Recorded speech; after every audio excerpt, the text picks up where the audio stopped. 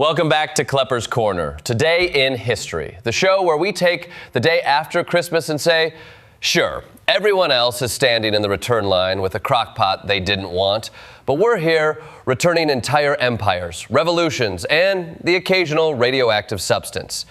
December 26th isn't just the hangover of the holiday season. It's the day history wakes up, downs a cup of reheated coffee, and decides to permanently reorganize the balance of global power. Segment 1, the day the hammer and sickle clocked out.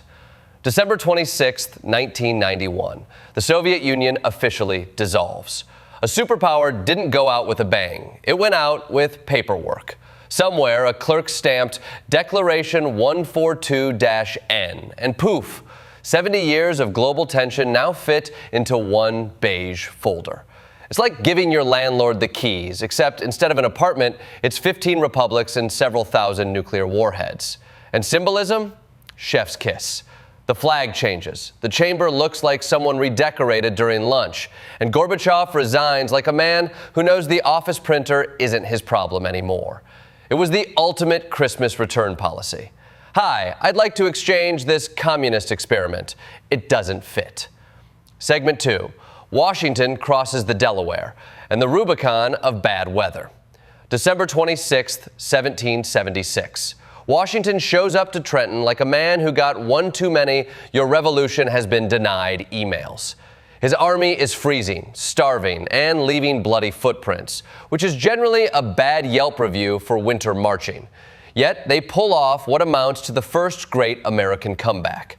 Surprise a bunch of Hessians who weren't drunk, just exhausted. Washington wasn't leading an army. He was leading a group of men who said, "We will fight you, but also, please don't ask us to take off our shoes."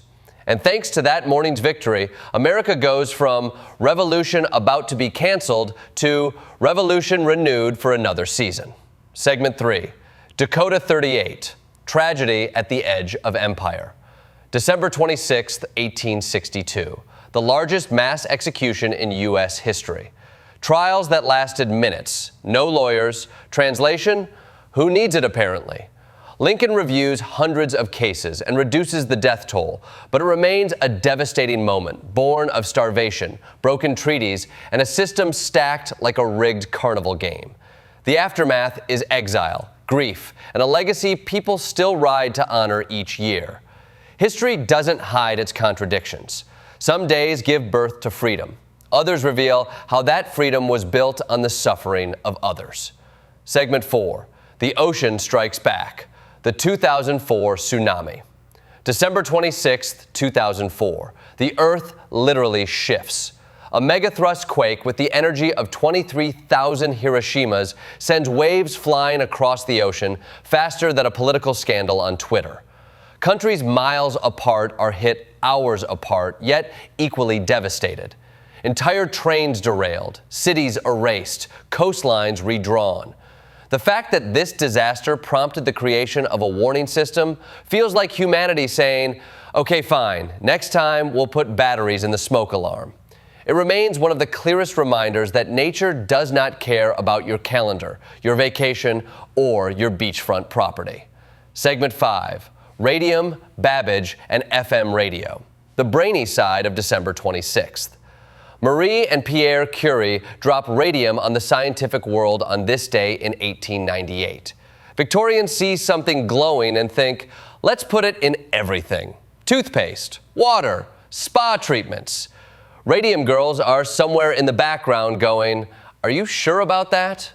Then there's Babbage, born this day in 1791. The father of computing, the man whose ideas took centuries to actually assemble because engineers back then were like, this is neat, but we really prefer steam whistles. And in 1933, Armstrong invents FM radio because AM sounded like it was broadcasting from inside a tin bucket during a lightning storm.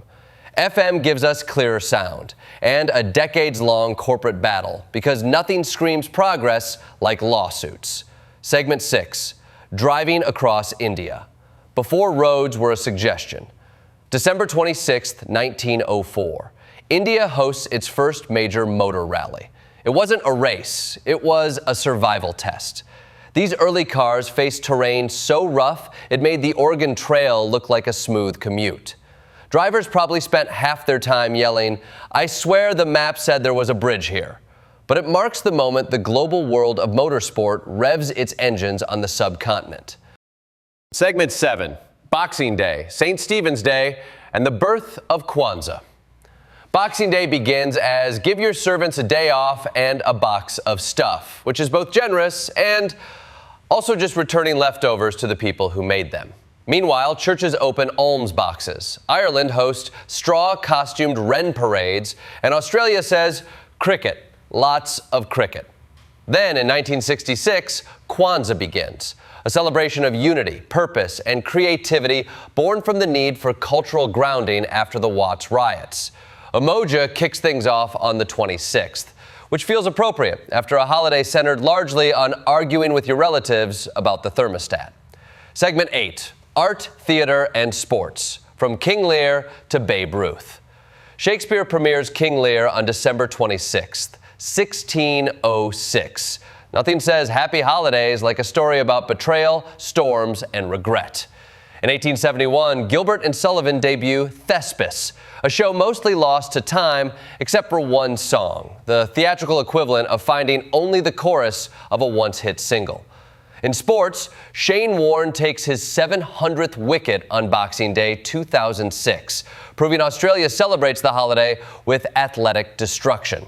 And in 1919, Babe Ruth is sold to the Yankees, launching a dynasty and a century of Red Sox fans muttering, Why did we do that? Segment 9, Crime Scenes and Headlines, the JonBenet Ramsey case. December 26, 1996, a crime that becomes a media vortex. A ransom note oddly matching a Christmas bonus, a mishandled investigation, and a national fixation fed by pageant videos and unanswered questions. It's the moment America discovered true crime cable marathons were more addictive than eggnog. Segment 10, Farewells and Births, Truman, Ford, and Mao. Two presidents die on December 26th. Truman in 1972, Ford in 2006. Truman leaves behind NATO, the Cold War framework, and a funeral so modest the loudest thing was the salute breaking nearby windows. Ford leaves behind a legacy defined by one enormous pardon and decades of historians debating if he saved democracy or took the country off its moral training wheels.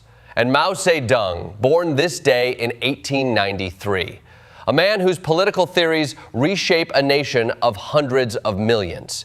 He goes from rebellious farm kid to revolutionary leader to architect of one of the most consequential and controversial social transformations of the 20th century. In conclusion, December 26th isn't a sleepy post-holiday slump. It's a crossroads where empires fall, revolutions ignite, discoveries glow, literally. The earth shifts, cultures celebrate, and history refuses to take a day off. If December 25th is about peace on Earth, December 26th is about everything that happens when humans, and occasionally tectonic plates, resume causing problems.